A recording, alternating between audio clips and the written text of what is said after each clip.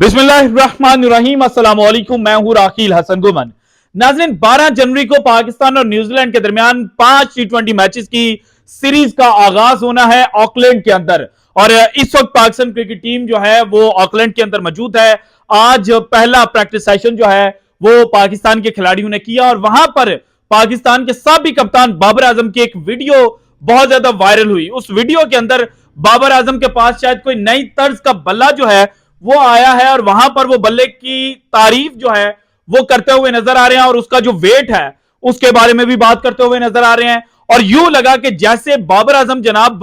बिल्कुल सेटिस्फाइड है। लेकिन जो पाकिस्तान के कैंप से खबरें बाहर निकल कर आई हैं उनके मुताबिक पाकिस्तान क्रिकेट टीम के wicket keeper batsman Mohammad Rizwan, जो कि बाबर आजम के इंतहाई क्लोज समझे जाते थे, और पाकिस्तान के अक्सर क्रिकेट पंडित जो थे वो ये बात करते थे कि बाबर आजम और मोहम्मद रिजवान जो हैं वो दो नहीं बल्कि एक है। वो दो जिस्म हो सकते हैं लेकिन जान एक है। लेकिन अब जनाब दौरे न्यूजीलैंड के ऊपर ये जो दो जिस्म एक जान थे इनकी असल हकीकत सामने आ गई है।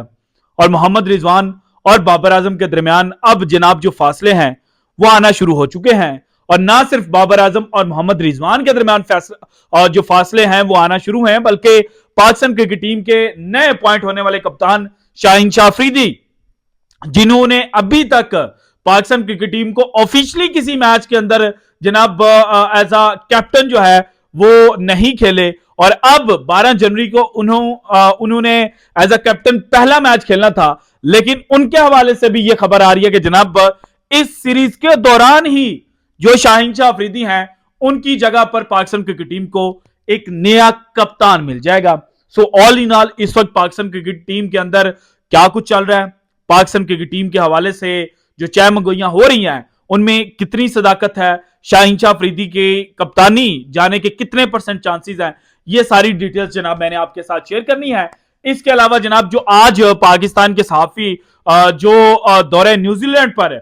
मौजूद हैं, क्रिकेट टीम को बड़ा क्लोजली ऑब्जर्व कर रहे हैं, उन्होंने भी एक तहलका खेज इंकिशाफ किया है। और उस इंकिशाफ के पीछे की जो रूदाद है वो भी जनाब आज की वीडियो में मैंने आपके साथ शेयर करनी है। इसके अलावा एक जानिब जहां जनाब बाबर आजम और मोहम्मद हफीज की टसल देखने को मिल रही है, वहीं पर 17 मिनट तक जनाब पाकिस्तान क्रिकेट टीम के फास्ट बॉलर हारिस रऊफ और मोहम्मद हफीज के दरमियान डिस्कशन होने की जो चहमगोइयां हैं वो भी सुनाई दी हैं। और ये बिल्कुल वैसी ही डिस्कशन है जैसी साउथ अफ्रीका टूर पर विराट कोहली और भारतीय क्रिकेट टीम के कोच राहुल द्रविड़ के दरमियान हुई थी, यानी कि हीटेड आर्गुमेंट्स। यहां पर भी जो डिस्कशन है वो हीटेड आर्गुमेंट्स में है और उंगलियों के इशारे कर करके जो बात है वो की जा रही थी। सो यहां पर क्या बात की गई और जनाब हारिस रऊफ को क्या कुछ कहने की जो कोशिश है वो मोहम्मद हफीज साहब कर रहे थे, और मोहम्मद हफीज साहब अल्टीमेटली चाहते क्या है जनाब, ये भी आज की वीडियो में मैंने आपके साथ शेयर करना है। इसके अलावा दो खबरें हैं जनाब पीएसएल सीजन 9 से रिलेट कर रही हैं। एक ये है कि जनाब अफगानिस्तान ने पाकिस्तान क्रिकेट बोर्ड को सरप्राइज दिया है, और दूसरी खबर है जो जनाब जिससे मैंने आगाज करना है वीडियो का वो है कि पाकिस्तान की जो पाकिस्तान सुपर लीग है उसने दुनिया क्रिकेट की जनाब जितनी भी लीग्स हैं मासवाए इंडिया की आईपीएल यानी कि इंडियन प्रीमियर लीग और डब्ल्यूपीएल यानी कि वुमेन्स प्रीमियर लीग जो इंडिया की ही जनाब आईपीएल तर्ज की वुमेन्स की लीग है, उसको छोड़कर बाकी दुनिया की जितनी भी लीग्स हैं उनमें सबसे अहम मुकाम जो है वो हासिल कर लिया है। और वो मुकाम ये है कि पीएसएल सीजन 9 के जो मीडिया राइट्स जनाब आज बेचे गए हैं ये 2 साल के लिए $29.52 मिलियन में बेचे गए हैं। और इससे पहले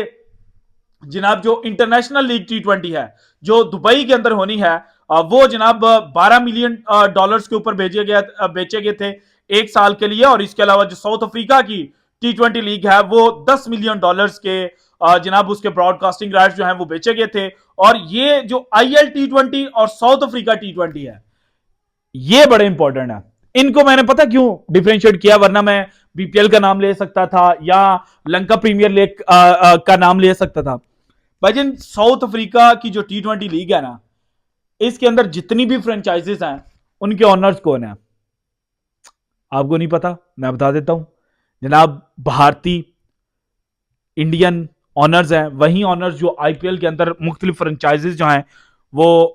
खरीद कर बैठे हुए हैं, और वही जनाब साउथ अफ्रीका में गए थे और वहां पर उन्होंने फ्रेंचाइजेज खरीदी थी। इसके अलावा जो इंटरनेशनल लीग T20 है, इसकी 6 टीमें हैं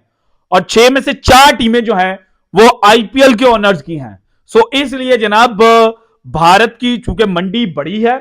तो पाकिस्तान वहां पर तो आईपीएल को कंपीट नहीं कर पा रहा, लेकिन बाकी दुनिया में जहां जहां आईपीएल फ्रेंचाइजेज जनाब टीम्स खरीद रही हैं, उन लीग्स में जो ज्यादा मार्केट वैल्यू बन चुकी है वो पाकिस्तान सुपर लीग की है। और एक जानिब पाकिस्तान सुपर लीग की मार्केट वैल्यू के अंदर इजाफा हो रहा है, तो दूसरी जानिब जनाब जो अफगानिस्तान क्रिकेट बोर्ड है उन्होंने एक बड़ा सरप्राइज दिया है, और सरप्राइज यह है कि उन्होंने पाकिस्तान सुपर लीग की विंडो के दरमियान जनाब अपनी 2 सीरीज जो है वो शेड्यूल कर ली हैं। पहले फरवरी के आगाज में जनाब जो अफगानिस्तान है वो खेलेगा श्रीलंका के साथ, और उसके बाद 22-23 फरवरी को ये सीरीज एंड होगी, और फिर 28 फरवरी से जनाब जो आयरलैंड है उसके साथ जो अफगानिस्तान क्रिकेट बोर्ड है वो सीरीज खेलेगा। और जनाब इससे लगता यह है कि अब जो अफगान प्लेयर्स थे, जिनमें मेनली जनाब जो नवीनुल हक और नूर अहमद पेशावर जल्मी को रिप्रेजेंट करने जा रहे थे, उनके चांसेस जो हैं वो इंतहाई कम हो चुके हैं। और नवीन के ऊपर तो बाकायदा कॉन्ट्रैक्ट ना लेने की वजह से पाबंदी भी लगी थी, और जनाब जो नूर अहमद हैं उनकी बहुत ज्यादा जरूरत थी पेशावर जल्मी को, लेकिन अब चूंकि सीरीज जो है वो 2 शेड्यूल कर ली हैं अफगानिस्तान क्रिकेट बोर्ड ने, तो फिर जनाब हाजी अकरम साहब जो हैं उन्हें जनाब जो रिप्लेसमेंट ड्राफ्ट होगा उसके अंदर नए खिलाड़ी जो हैं उनकी सर्विसेज अचीव करनी पड़ेंगी। आप आते हैं जनाब पाकिस्तान क्रिकेट टीम के हवाले से क्या चल रहा है। बल्कि उससे पहले आपको बता दूं कि न्यूलैंड्स की जो पिच थी, यानी कि केपटाउन की जो पिच है जहां पर इंडिया और साउथ अफ्रीका के मबैन दूसरा टेस्ट मैच खेला गया था, और उसके पहले दिन जो तबाही देखने को मिली थी कि एक जानिब भारतीय क्रिकेट टीम ने साउथ अफ्रीका को 55 रन के ऊपर पकड़ लिया था, और दूसरी जानिब भारतीय क्रिकेट टीम ने जनाब जो दुनिया क्रिकेट का शर्मनाक तरीन रिकॉर्ड था वो अपने नाम किया था, और फिर दूसरे दिन भारत जो है उसने शर्मनाक तरीन रिकॉर्ड अपने नाम करने के बावजूद ये जो दूसरा टेस्ट था इसको जीत लिया था। तो अब उस पिच के बारे में जनाब जो मैच रेफरी हैं उन्होंने अपनी जो पिच रिपोर्ट दी है उसके मुताबिक उन्होंने कहा कि जनाब ये जो पिच थी ये अनसेटिस्फैक्टरी थी, यानी कि गैर इत्मीनान बख्श थी। मेरे वो लफ्ज जो था वो अड़ रहा था, तो जनाब गैर इत्मीनान बख्श का उन्होंने कहा है, और इसी वजह से एक डीमेरिट पॉइंट जो है वो भी इस पिच को मिल चुका है। अगर ये पुअर रेट की जाती तो 3 डीमेरिट पॉइंट मिलते, और उसके बाद इस वेन्यू के ऊपर 1 साल तक जो क्रिकेट मैच खेलने की पाबंदी है वो भी लग सकती थी, लेकिन अभी सिर्फ 1 डीमेरिट पॉइंट मिला है। सो जनाब ये वेन्यू जो है इस पर मजीद जनाब मैचेस जो है वो अब खेले जा सकेंगे। अब आते हैं जनाब पाकिस्तान क्रिकेट टीम के हवाले से।